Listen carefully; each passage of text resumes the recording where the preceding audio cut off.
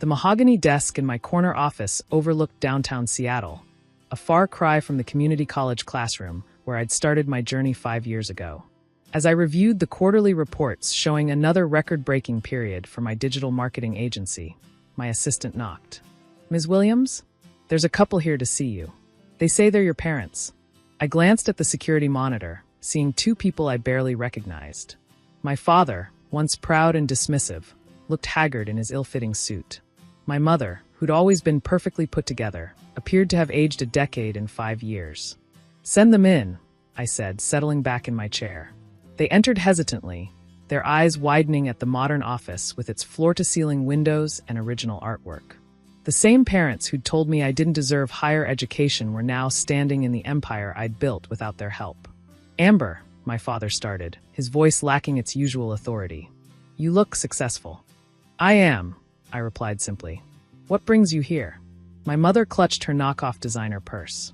We need to talk to you. About family. Family. What a concept coming from them. Let me rewind to 5 years ago, when I was 18 and had my whole future mapped out. I'd worked since I was 14, babysitting, tutoring, stocking shelves at Target, saving every penny for college. My parents had promised to match my savings with the college fund they'd started when I was born. By graduation, I'd saved $40,000 through years of sacrifice. No spring breaks, no concert tickets, no teenage splurges. With their matching $40,000, I'd have enough for a degree from the University of Washington without drowning in debt. The night before I was supposed to submit my enrollment deposit, my parents called a family meeting. My stepmother Karen was there, along with my stepbrother Derek, who joined our family 3 years earlier when Dad married Karen. "Amber, we need to discuss the college situation," Dad said, using his CEO voice, the one that brooked no argument. "What situation?" I asked, excitement dimming. "Derek's been accepted to Stanford," Karen announced proudly. "Pre-med. That's great," I said, confused about why this affected me. "The thing is," Mom said, avoiding my eyes, "Stanford is expensive. Much more than we anticipated." The truth hit me like a physical blow. "You're giving him my college fund." "Not giving," Dad corrected, as if semantics mattered. "Investing. Boys need education more in this society. They have to support families. You'll get married anyway, probably have kids. Derek needs this opportunity." "I've worked for 4 years," I said, my voice shaking. "That money is half mine." "Which you'll get back," Karen said smoothly. "After Derek becomes a doctor, he can help pay for your education if you still want it." "If I still want it?" I stared at them incredulously. "I've been accepted to UW's business program. I have plans, dreams." "Amber, be reasonable," Mom interrupted. "Derek scored higher on his SATs. He's Stanford material. You're smart, but let's be honest. UW is more your level anyway. You can go to community college, maybe online classes. It's more practical for a woman." "A woman?" I laughed bitterly. "What century are you living in?" "Watch your tone," Dad warned. "This decision is final. The money's already been transferred to Derek's account. He needs it for his future. You'll thank us later when you're married to a successful man instead of trying to compete in a man's world." I looked at Derek, hoping for some support, some recognition of how unfair this was. He just shrugged. "Sorry, Amber. But they have a point. Med school is really important." That night, I packed everything I owned into my beat-up Honda Civic. I left a note saying I'd figure out my own future, since they'd made it clear I didn't factor into theirs. The only person I told was my grandmother, my dad's mother, who'd always believed in me. "They're fools," she said simply when I called her crying from a motel. "But you, my dear, are not. Show them what Williams women are made of." Community college was humbling but necessary. I worked 3 jobs: warehouse nights at Amazon, Starbucks mornings, and freelance writing evenings. I lived on ramen and determination, taking every business and marketing class available. That's where I met Professor Martinez, who became my mentor.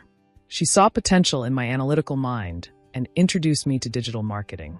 "This field doesn't care about your gender, Amber. It cares about results. And you deliver results." While Derek was at Stanford, I was building something from nothing. I started managing social media for small local businesses, charging barely anything but learning everything. Within a year, I had enough clients to quit Amazon. By year 2, I'd hired my first contractor. The breakthrough came when I landed a cannabis dispensary client, just as legalization hit Washington. My campaigns went viral, showcasing how to market controversial products tastefully. Suddenly, every cannabis startup wanted my services. Amber Williams Digital was born in my studio apartment with just me and 2 freelancers. But we had something special, the hunger that comes from having everything taken away and refusing to stay down. I reinvested every penny, living like I was still broke while my business exploded. When cryptocurrency became mainstream, I positioned myself as the go-to marketing expert for blockchain startups. When NFTs hit, I was already there. I didn't chase trends, I anticipated them. By year 4, I had 30 employees and a waiting list of clients.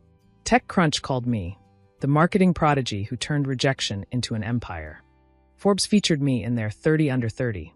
I moved the company into the downtown office space, complete with the corner suite I now occupied. Through it all, I heard nothing from my family. No calls, no texts, no acknowledgement of my growing success. Derek, meanwhile, had dropped out of Stanford after 2 years. According to my grandmother, he'd found pre-med too stressful and switched to communications, then dropped out entirely to become a crypto day trader with my college fund money. Which brings us back to my parents, sitting across from my desk, fidgeting with their wedding rings. "We know we haven't been in touch," Mom started carefully, "but we've been following your success. We're so proud."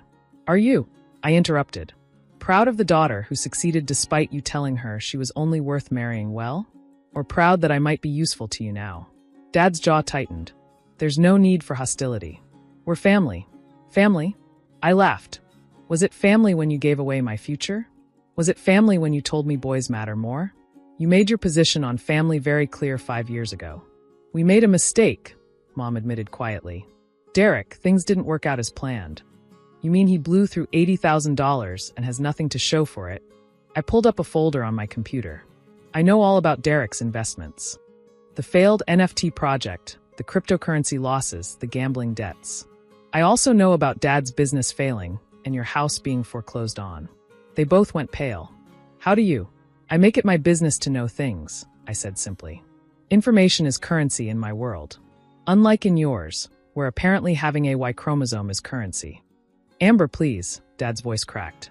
"We've lost everything. The business, the house, our savings. We need help." "Like I needed help for college?" "That was different." "No, it wasn't." I stood, walking to the window. "You had $80,000 to invest in a future. You chose Derek's. How's that investment working out?" "He's trying," Karen said defensively, speaking for the first time. "The market has been tough." "The market's been incredible," I corrected. I turned nothing into a $3 million company in the same time frame. The difference is I had to earn it while Derek got to play with house money. "My money. So you'll let us starve to prove a point?" Mom asked, tears starting. I returned to my desk, pulling out a contract. "I don't let anyone starve. Unlike you, I don't believe in abandoning family completely. But I do believe in consequences." "What is this?" Dad asked, looking at the document. "A loan agreement. I'll give you $80,000, the exact amount you took from me. It's enough to get a small apartment, clear your debts, and start over. But it's a loan, not a gift. Interest-free if you make regular payments, 15% if you don't." 15%? Dad sputtered. "That's highway robbery." "That's business," I corrected. "The same business world you said I couldn't compete in. Take it or leave it." "And Derek?" Karen asked. "Can you help him too?" I smiled. "Derek can apply for a job like anyone else. I hear we have an entry-level social media position open. Starting salary is $35,000. He'd report to Lindsay, who's 22 and never went to Stanford. Think his male ego can handle that." The silence stretched until Mom finally spoke. "You're punishing us." "No," I said firmly. "I'm teaching you the same lesson you taught me, that you're only worth what you can contribute. The difference is I'm giving you a chance to prove yourselves, which is more than you gave me." Dad signed the loan agreement with shaking hands. As they prepared to leave, he turned back. "What if we'd given you the money? Would things be different?" "I'd probably have a nice degree and a middle management job somewhere," I admitted. "You taking that money away forced me to bet on myself. So in a twisted way, I should thank you. You showed me I didn't need you or anyone else to validate my worth." Mom paused at the door. "For what it's worth, I'm sorry. We were wrong about everything." "I know," I said simply. "But being sorry doesn't erase the damage. I spent 2 years crying myself to sleep, wondering why my own parents thought I was worthless. That's not something an apology fixes. After they left, I sat in my office thinking about the strange turns life takes. They'd been so certain about how the world worked. Men led, women followed, biology determined destiny. They'd been so confident Derek would succeed and I'd fail. My assistant knocked again. Your 3 o'clock is here. Also, someone named Derek left 6 voicemails asking about a job. Send him the standard application, I said. He can compete with everyone else. Should I flag it for special consideration? No. He had his special consideration. He spent it already. That evening, I called my grandmother to tell her about the visit. You did the right thing, she said. Help but don't enable. They need to learn what you learned. That respect is earned, not chromosomally determined. I keep thinking about what Dad said, I admitted. About boys needing education more. What about it? He was half right. Boys like Derek do need education more, because they're taught the world owes them success. Girls like me learned early that we'd have to take it. She chuckled. That's my girl. William's women don't wait for permission. 6 months later, Derek did apply for the job. His resume was thin, his interview mediocre, and his attitude still entitled. We hired someone else, a young woman from the same community college I'd attended who reminded me of myself at that age. Hungry, determined, and ready to prove everyone wrong. My parents are making their loan payments, slowly rebuilding their lives with the humility that comes from losing everything. They've never asked for more, and I respect them for that. We have dinner once a month now, cordial, careful gatherings where we talk about everything except the past. Derek still sends the occasional text asking for advice that's really asking for money. I always respond the same way. Work harder. The irony doesn't escape me. They gave him every advantage, convinced it would guarantee his success. They gave me every disadvantage, convinced it would limit mine. But advantages given aren't the same as advantages earned. One makes you soft, the other makes you unstoppable. My company just went public, valued at $50 million. I'm 23 years old, unmarried, childless, and perfectly content building my empire. Every morning when I walk into my office, I think about that family meeting 5 years ago. They were so sure they knew how my story would end. They were wrong about everything except one thing. I did get an education. Just not the one they expected. I learned that family can betray you, that bias runs deeper than blood, and that the best revenge isn't revenge at all. It's success they can't explain away. The Forbes interviewer asked me last month about my origin story, about what drove me to succeed against the odds. I told her the truth. My parents thought daughters were worthless.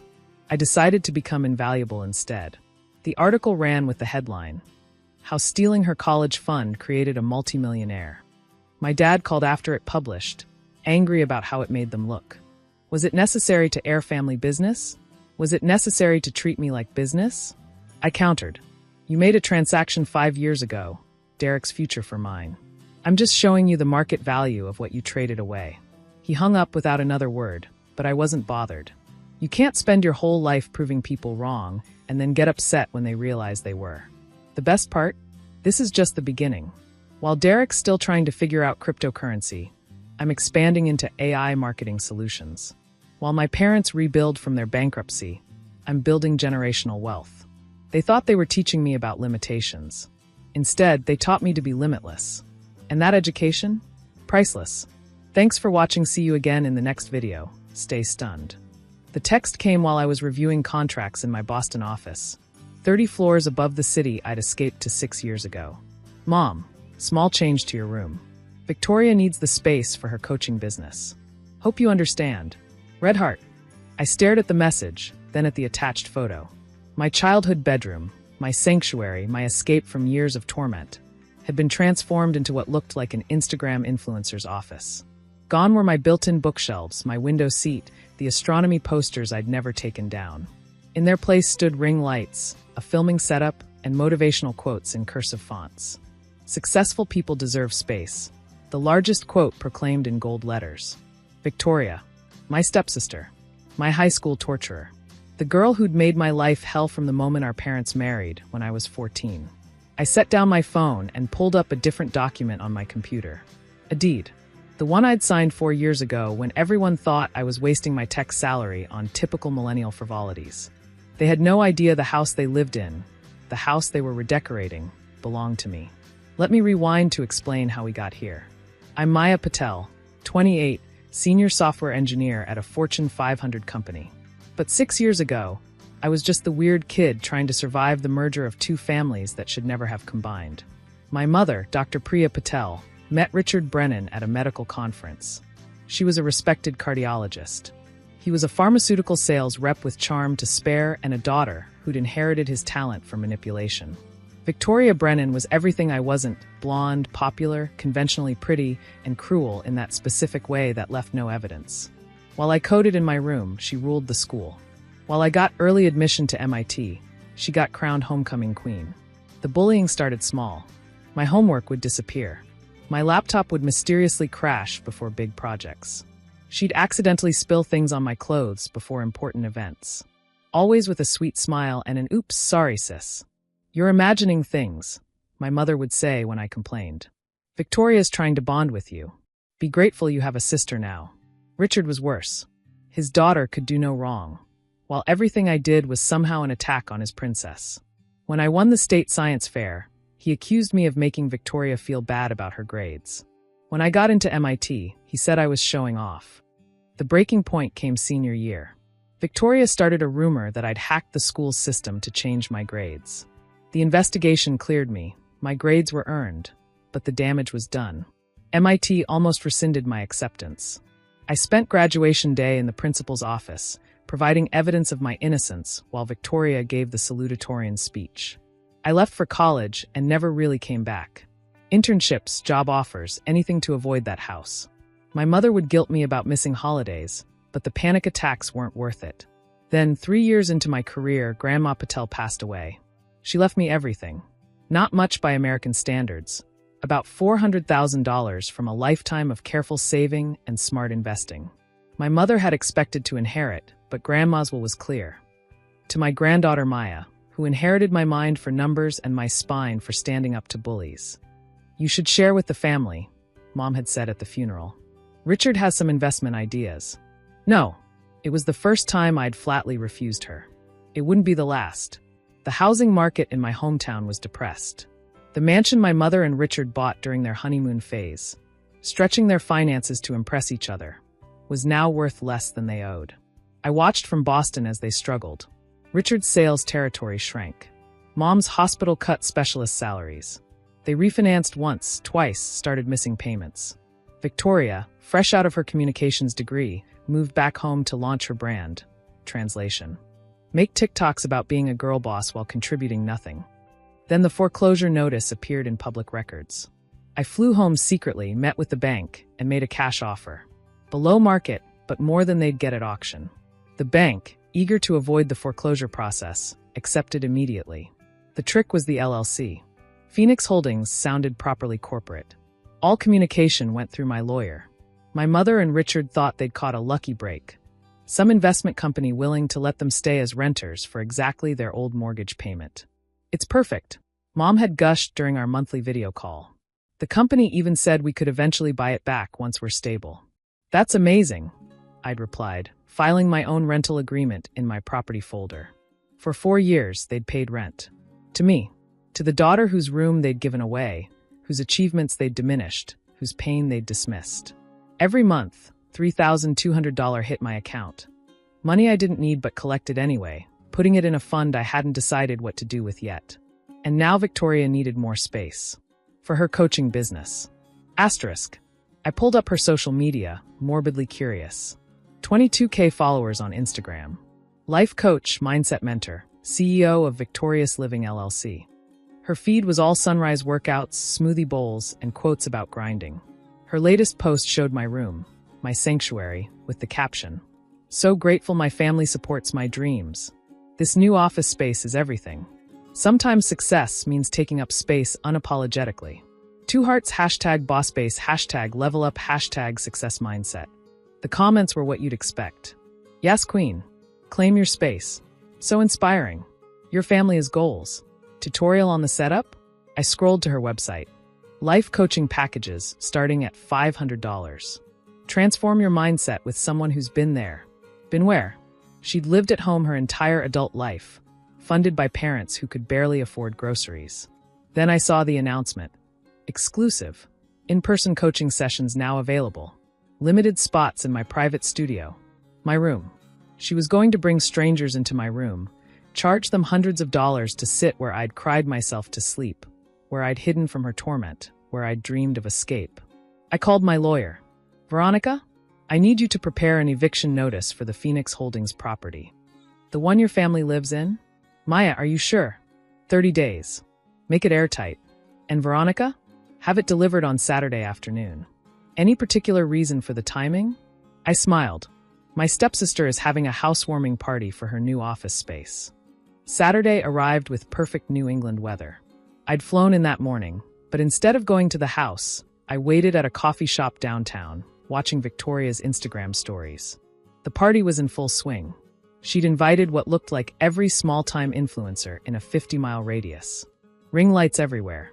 People posing with letterboards. Someone had brought a step and repeat banner. The eviction notice arrived during her housewarming party. I texted my best friend, along with a screenshot of the process server's confirmation. The knock would have come right around 2 p.m. I pictured it, Victoria filming content, probably giving a tour of her space, when the doorbell rang. Maybe she answered it herself, expecting more guests. The Instagram stories stopped abruptly. My phone rang 20 minutes later. Mom. Maya, sweetheart, there's been a terrible mistake. We just got an eviction notice. The rental company, they can't just throw us out. We have rights. You do, I agreed. 30 days worth. But why would they do this? We've never missed a payment. Maybe they want successful people who deserve space, I suggested. This isn't funny. Victoria has clients coming. We just set up her office. Richard invested in equipment. In my bedroom. Silence. Then, carefully. It hasn't been your bedroom in years, Maya. You left. I was driven out. There's a difference. You're being dramatic. Victoria was a child. She was 17 when she nearly destroyed my college admission. I was 17 when I had to prove I wasn't a cheater because of her lies. That was a misunderstanding. Mom, I have to go. Good luck with the move. I hung up and ordered another coffee. The text started immediately. Richard, your mother is hysterical. Call her back. Victoria, really? You're going to make us homeless because you're still jealous? Grow up. Mom, please answer. We can work this out. Then from Victoria again. Wait, how did you know about the eviction? I waited an hour before responding to that one. Just long enough for the panic to really set in. Then I sent a single photo, the deed to the house, with my name clearly visible as the owner of Phoenix Holdings LLC. My phone exploded. Asterisk. The doorbell camera I'd had installed, remotely through a maintenance upgrade they'd never questioned, gave me a front row seat to the meltdown. Victoria stormed out, her housewarming guests forgotten, screaming at her father to fix this. Richard paced the driveway, on his phone with what sounded like a lawyer who was explaining that yes, the owner could choose not to renew a month-to-month lease. My mother, to her credit, just sat on the porch stairs, head in her hands. By evening, the attempted negotiations began. Maya, princess, Richard's text began. Princess. He'd never called me that when I lived there.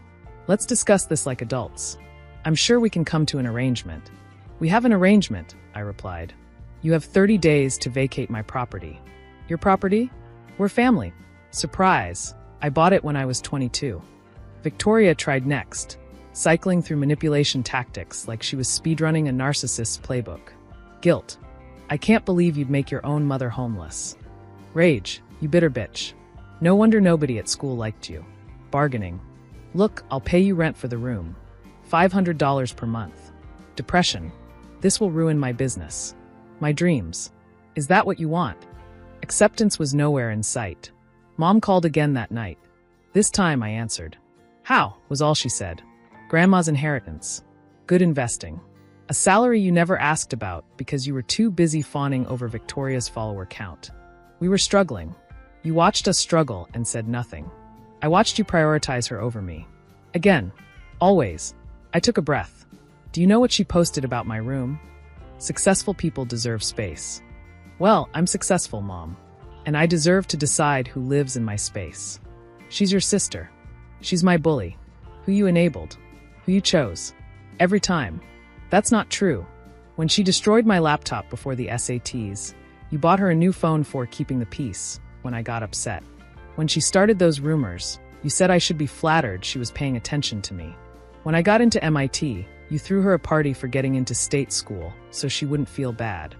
Silence. I paid your rent for 4 years, I continued. Not because I forgave you, but because I needed time.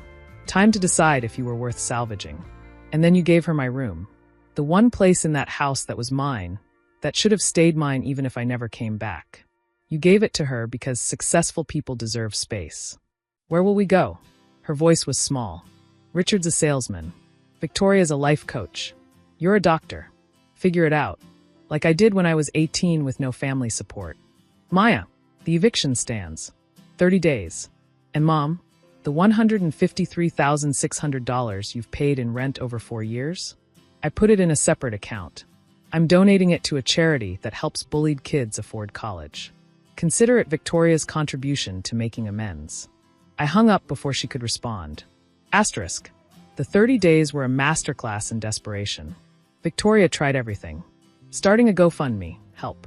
My jealous stepsister is making us homeless. Making TikToks about toxic family members and rising above hate. Having her followers harass me on social media. Threatening to expose my cruelty to my employer. That last one made me laugh. I called my boss myself. Hey, Linda? Quick heads up. My stepsister might contact you with some drama about property I own. The house situation you mentioned? How's that going? About as well as you'd expect when entitled people discover consequences. Linda laughed. Thanks for the warning. I'll forward any crazy to legal. Victoria's influence meant nothing in my world. Tech didn't care about Instagram followers or motivational quotes. They cared about code that worked and deadlines that were met. Asterisk. Moving day arrived with poetic justice. It rained, a dramatic downpour that soaked everything. I sat in my rental car across the street, watching through the windshield as they loaded a U-Haul. Victoria emerged carrying a box, her usually perfect hair plastered to her head. She saw my car and stalked over, yanking on the locked door. Open up, she screamed. Face me, you coward. I cracked the window an inch. You ruined everything, she sobbed. But even her tears felt performative. My business, my life. I gave you what you always wanted, I said calmly. Attention. Content. A real struggle to overcome instead of manufactured drama. You're welcome. I hate you. I know. You've hated me since the day we met. The difference is, now I don't have to pretend it's okay. Richard appeared, pulling her away. He shot me a look of pure venom before ushering his princess to the truck. Mom was the last to leave. She stood in the doorway of the house I'd bought, the house I'd saved from foreclosure, the house where I'd never been welcome. Then she walked to my car. I rolled down the window fully this time. I failed you, she said simply. I see that now. I was so desperate to make my new marriage work that I sacrificed my daughter. Yes, I agreed. You did. Can we ever? I don't know, I said honestly. Maybe. Someday. But not while you're still choosing them. She nodded, tears mixing with rain. The charity donation, that was cruel. No. Cruel was giving my room to the person who terrorized me. The donation was justice. She walked away, got in the U-Haul, and they drove out of my life. Asterisk. I hired cleaners, painters, contractors. Within a month, the house was transformed. Not into something new, into what it should have been. A place of warmth, welcome, safety. My old room became an actual office, one where I worked remotely when I visited. The walls held my achievements, my MIT diploma, patents I'd filed, photos from company retreats. No motivational quotes needed. I listed the house as a rental again, but carefully. The tenants I chose were a young family, transplants to the area, excited about the schools. The daughter was quiet, bookish, reminded me of myself. The office space is perfect, the mother had said during the tour. Anjali loves astronomy. Maybe we could put up some star charts? That sounds perfect, I'd told her, remembering my own posters. Victoria's coaching business collapsed within months. Without the aesthetic backdrop and the illusion of success, people stopped buying what she was selling. She moved to LA, then Austin, chasing influence that kept evading her. Richard and Mom divorced a year later. The stress of displacement, the revelation of my ownership, the years of enabling, it all came due. Mom reached out occasionally, tentative texts I sometimes answered. Growth was possible, but trust would take time. Asterisk. Successful people deserve space. Victoria had posted, taking over my room. She was right. Successful people do deserve space. Space to grow, to heal, to decide who belongs in their life. And success isn't measured in followers or quotes or the ability to manipulate others. It's measured in the ability to stand up and say, "This is mine. I earned it, and I decide who's welcome." The house stands solid in my portfolio, generating steady rental income from a family that appreciates it. My room, my former room, shelters another quiet girl who dreams big. And somewhere, Victoria is learning what I learned at 18. When family fails you, you build your own success. The difference is I learned it from necessity. She's learning it from consequence. Thanks for watching. See you again in the next video. Stay stunned.